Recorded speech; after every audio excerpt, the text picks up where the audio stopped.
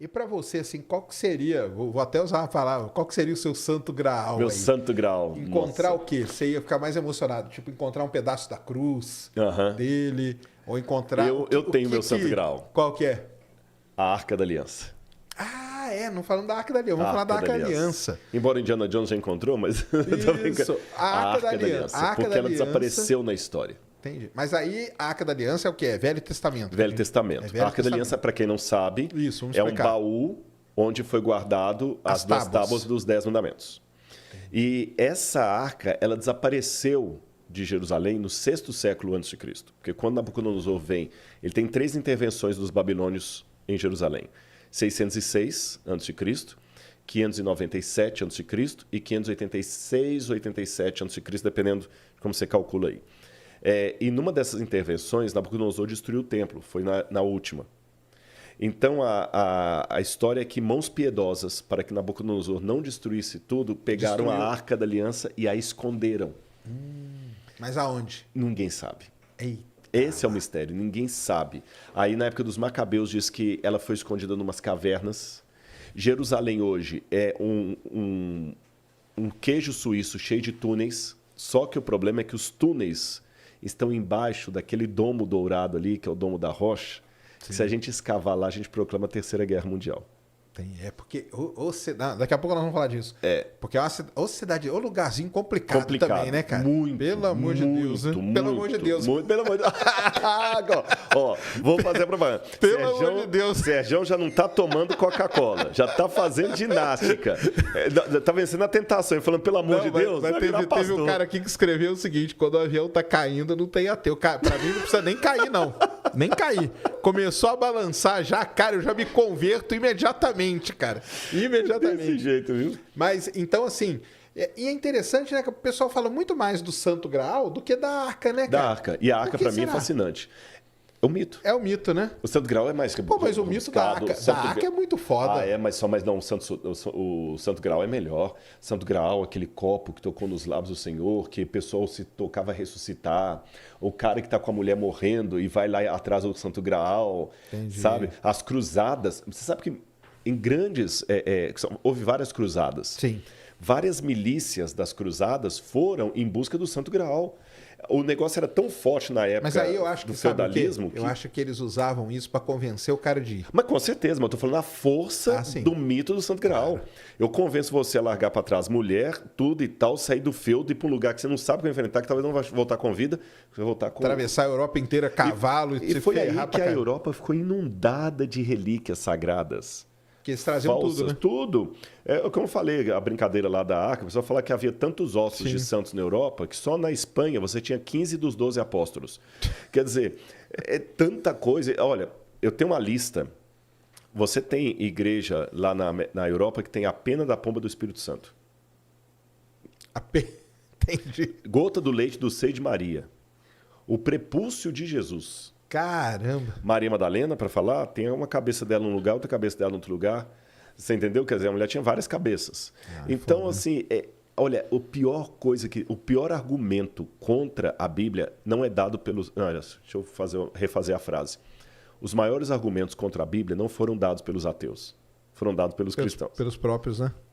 Os maiores tratados de ateologia, se eu posso criar esse nome, na verdade eu não estou criando, né? Tem aquele francês que é ateu lá, junto com Dawkins, fugiu o nome dele agora. Vou lembrar o nome dele, que era o Dawkins, aí tinha o Christopher Hitchens e tinha um que era ateu que escreveu o Tratado de Ateologia. Vou lembrar o nome dele daqui a pouquinho. Ele está procurando lá, o Tratado de Ateologia. O maior tratado de ateologia... Apareceu o nome aí? Michel Onfray. Exatamente, é o Michel Onfray. O maior tratado de ateologia não foi escrito por Michel Onfray, foi escrito por cristãos. Primeiro porque se eu não tenho uma piedade correspondente com aquilo que Jesus ensinava, eu já estou dando a prova que é mito. Entendi. Que o cara era tão ruim que até os que o seguem não entenderam o que ele falou, não seguem o que ele falou. Segundo, se eu começo a tirar a palavra e colocar um monte de mito ali para te convencer na base do mito, aí fica ridículo. É fácil, você não precisa fazer nada. É só falar, olha... Terceiro, eu posso às vezes ser um cristão chato, porque Deus pediu para eu ser diferente, não para eu ser esquisito. Entendi. Mas tem gente que ele confunde ser diferente com ser esquisito. Então, quer dizer, é lógico, eu não vou insultar a sua inteligência igual eu falei com o Pirula aquela vez. Se você entregar a sua vida a Deus, olha, eu só não vou ficar mais feliz que sua mãe. Mas eu vou ficar feliz. Agora, eu não vou te enfiar Jesus goela abaixo, você está entendendo? Não é por aí. Mas essas coisas que eu estou colocando ampliam no mundo a rejeição aos valores cristãos e outras coisas mais. Você sabia que o Gandhi, por pouco, eu tenho uma biografia do Gandhi lá em casa que é impressionante. Hoje era para a Índia ser o maior país cristão do mundo. Caramba. E a Índia tem menos de 3% da população cristã. E me disseram disseram-me, corrigindo o português, que a Índia superou a China em população agora. Não sei se é verdade, alguém me disse esses dias. Ah, é? Ó. É. Mesmo que não tenha superado, está ali pau a pau. Aí, olha, tem menos de 3% da população da Índia que são cristãos. Agora, olha que curioso. Quando Mahatma Gandhi estava estudando na África do Sul, ele foi algumas vezes a uma igreja cristã porque ele ficava impressionado com os ensinos de Jesus. Ele estava estudando direito, começou a estudar a Bíblia. Ele vinha de uma cultura hindu, revoltado com a religião, porque tinha aquele sistema de castas, aquela coisa toda, corrupção. Ele encontrou esse mestre chamado Jesus de Nazaré. Ele começou a estudar. Ele ficou apaixonado. Ele falou, isso aqui que o mundo precisa. Eu vou procurar o grêmio dele, né? Foi uma igreja. Não vou falar qual é a igreja, não. Eu sei qual é, mas não vou falar de propósito. Ele foi uma vez, foi duas, ele foi tão maltratado ali e escorraçado por ser negro. E Mahatma Gandhi, o negro dele era o negro da Índia, não era nem o negro da África do Sul. Que ele chegou à conclusão seguinte, não, tem uma coisa errada. Se ele era tão bom assim, por que os seguidores dele são desse jeito? Aí ele falou a frase célebre, eu não me torno cristão por causa dos cristãos. Entendi. Retraiu-se do cristianismo, foi para lá, fez aquela revolução maravilhosa na Índia, a ponto de ser chamado de Mahatma Gandhi, a grande alma. Agora, imagine se esse cara tivesse se tornado cristão. É. Entendeu? Então, o poder do exemplo para o bem ou para o mal é muito grande, Sérgio. Muito grande. Com certeza. Então, o seu lance é ir atrás da arca. Da arca. Se eu conseguir... Só que hoje, se eu for atrás da arca, onde eu penso que ela pode só estar, eu vou proclamar a Terceira Guerra Mundial. Porque... Mas é só você ou tem muita gente que acha que ela está embaixo lá Tem muita gente que acha. Mas agora, veja bem, aqui não é o Rodrigo arqueólogo, não. Eu acho... Não é um achismo, mas eu não tenho nada de prova. Por que eu acho? Não, baseado no que você leu, no que você estudou, exatamente. Que o caminho dela deve ter sido esse. Mas eu quero usar o verbo que eu acho mesmo. Sim. Né? Porque se o pessoal tirou do templo para correr, Nabucodonosor chegando, a arca era um objeto sagrado. Ela era grande? Não, deveria ser mais ou menos desse tamanho assim. Aliás, que tamanho que eram essas tábuas aí? Duas coisinhas desse tamanho assim. Pequenininho? Pequeno. Pô, a letra é pequena, então. O pessoal pensa aquelas coisas grandes. Tá bom, não. O filme mostra isso. Eram 3, né? Por quê? Por que a gente deu os que são pequenos? Alguém pode perguntar, mas você não estava lá? Porque a gente vê os tratados que havia, por exemplo, o Código de Eshnuna, as tábuas de Nuzi, que são tratados legais escritos em tábuas, e eles eram pequenos. Entendi. Coisa pequena. Era um celularzinho deles. Um celular, uma coisa desse tamanho. Tablet, e eles escreviam com letras pequenas. Então, era um tablet. Até a gente chama, né? Tablets. O Moisés pode ter trazido duas coisas pequenas. Mesmo porque também o cara estava idoso. Deus faz milagre, mas não exagera. O camarada quase 80 vinha com aquele negócio pesado lá e depois jogou no chão e quebrou. Você está entendendo? E as tábuas pesadas. Então, quer dizer, coisas pequenas ficavam ali dentro da arca. E ela, será que ela era toda ornamentada ou seria uma arca simples? Não, assim? Por fora era simples, mas a tampa dela era de ouro puro. Agora, isso para ser transportado, não é esse prato que eu tiro daqui, põe lá, tiro de lá, põe aqui. Ela era pesada. Era pesada e tinha todo um cerimonial. Entendi. É como a coroa da rainha da Inglaterra. Entendi. Não é um negócio que você tira lá, vê se tá bom. Não, você usa, até ela era guardada como se fosse uma joia da rainha. Uma joia da rainha. Entendi. Até eles usam uma réplica na Sim, claro. Né? Não usam a verdadeira. Então, eles não iam correr com essa arca para longe. Então, eles podem tê-la escondido debaixo de algum desses túneis que estão ali. Caramba. Alguns deles foram encontrados. Do tudo isso que eu estou falando não é especulação pura. Mas gente, eu não estou falando aqui como arqueólogo. De alguma coisa nesses túneis, não? Olha, tem alguns grupos de judeus do Instituto do Templo lá que afirmam que viram a arca lá e tudo mais. Sério? Mas assim, aí entra o meu lado cético. Entendi. Eles podem até estar falando a verdade, Você está entendendo? Mas para eu apostar naquilo ali, eu tenho que ter mais coisa além do mero depoimento do cara.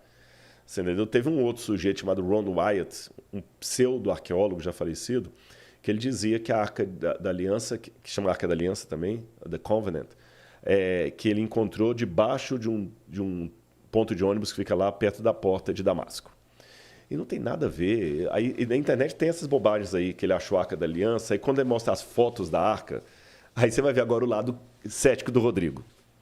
Aí eu vou abusar de novo aqui. Vamos colocar aqui Ron Wyatt. Eu vou soletrar o Wyatt dele. Ron Wyatt. Isso aí, Mel, já apareceu, ó. Já apareceu lá, tá vendo aqui, ó? Aí pega aqui agora, deixa eu ver aqui. Vamos ver se não aparecer imagem, a gente refina. Pode jogar a imagem. Esse cara aqui foi um pseudo-arqueólogo. Ele disse que encontrou a Arca da Aliança, a Arca de Noé, um monte de arca. Põe aí Covenant. Ark of Covenant, yes. Deixa-me ver aqui. Não, aquele ali já isso aí já é falso. Ó. Nem isso aqui não é do cara. Olha que legal. Aqui você tem a falsificação da falsificação. Essa foto não é foto que o Ron Wyatt tirou. Tá bom? E ele teria encontrado ela onde? Você falou? Em Damasco? Não, em Jerusalém. Em Jerusalém. Mas é falso. Aí vamos baixando aqui que eu vou te mostrar a foto que ele mostrou, que ele disse que a Shekinah da arca brilhou quando ele estava lá. Aqui, ó. Tá aqui, ó. Essa foto aqui, ó. Aí, mas cadê a prova? Tira uma foto e não da arca. Aí ele mostrou. Será que não tem outra? Não, tem uma outra melhor. Tem uma com melhor qualidade ali, ó. Aqui, ó. Essa aqui, ó, do lado. Aqui, essa aí, ó. Acho que tá com melhor qualidade isso aí. Também tá baixa. Que pena. Essa é melhor. Mas parece que tem um PDF isso aí. Tá melhorzinho. Mas isso aí é o quê? Não tô um bololô de coisa? Eu também tô vendo. Eu sou crente. E eu também tô vendo um bololô de coisa. Para mim, você fala. Mas ele falou o quê? Que isso aí é a arca? Ele falou que é o brilho da glória de Deus na arca. Caramba. E tem gente que acredita, Sérgio. Aí é complicado. Aí me ajuda. Você entendeu? Como é que eu vou falar com o Sérgio que a fé procede? Você entendeu a minha dificuldade? Como é que eu vou falar que a fé procede, Jesus Cristo é o Senhor, é o meu Salvador, que transformou minha vida? Aí vem um crente e fala, não, mas aqui a arca aí, ó, ele encontrou o brilho de Deus ali e tal. Aí você falou assim, cadê tira a arca de lá, então e mostra. Não, o Senhor... Aí o cara vira profeta. Entendi. Ele já morreu, ele era de Nashville, Tennessee. Aí ele falou que Deus ia mostrar para ele o tempo de descobrir a arca, de mostrar a arca ao mundo. O cara morreu, um tempo certo, não né? morreu nada. Até hoje estão os discípulos dele aí. E detalhe, o pessoal lá desse lugar, que eu conheço todo mundo lá, estava tão de saco cheio, de toda hora e ver gente lá querendo saber onde é que a arca estava e tudo, porque eles deixaram ele escavar, que ele enganou todo mundo. Tem um vídeo dele que ele fala o seguinte, que ele encontrou ali um pouco de sangue. Agora, se você estava... O absurdo vai mais ainda. Ele falava que morreu, que a crucifixão de Jesus se deu em cima desse ponto de ônibus. Onde hoje tem um ponto de ônibus. Entendi. No passado tinha uma pedreira, Jesus foi crucificado ali. E quando Jesus foi crucificado, que o sangue dele pingou na terra, passou Foi atravessando. E chegou na arca que estava guardada ali. Caramba. E ali pingou na arca. Aí que ele chegou lá, que ele conseguiu tirar um pouco desse sangue. A diferença da arca para Jesus seria quantos...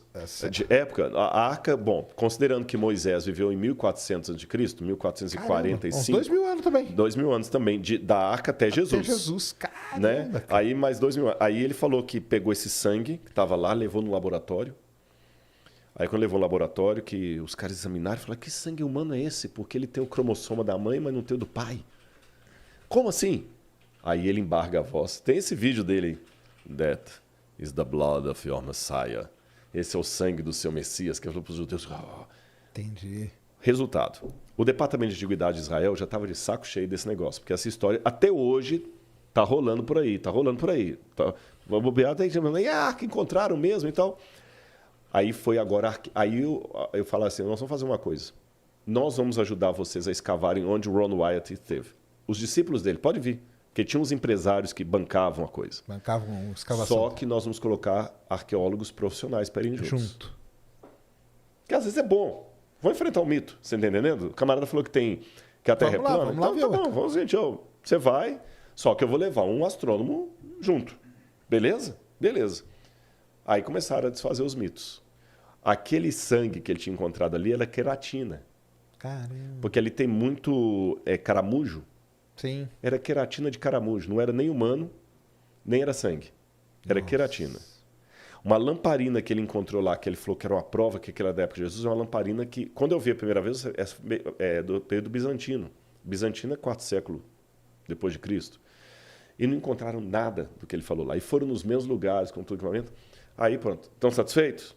Tá, pô. Mas é aquele negócio, o pessoal quebra o microscópio e continua mergulhando, né? Sim. Então, esse tipo de coisa é terrível. Mas... mesmo porque se, por exemplo, se encontram a arca, uma pista dela, isso aí seria talvez a maior descoberta... Bingo, exatamente. É um negócio da assim... arqueologia aí. Ia revolucionar o mundo. Então, assim, se você fala qual que é o meu santo graal, agora o Rodrigo é apaixonado. Fala, nossa, se Deus desse a oportunidade de encontrar a Arca da Aliança e estiver ali mesmo... Agora, esse é o Rodrigo apaixonado falando. Agora, o Rodrigo acadêmico...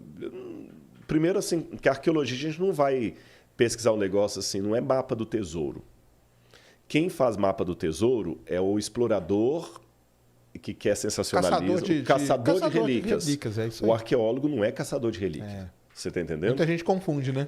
Eu passei agora acordando de madrugada com Laura lá, para achar a explicação de uma parede do período cananita ali em Laquis. Você está entendendo? Assim, você olha até sem graça. Eu quero achar uma parede ali para ver se tem. É isso que eu estou procurando. Então, assim, não tem esse negócio de caçador de relíquia. Eu vou encontrar a Arca de Noé, vou encontrar...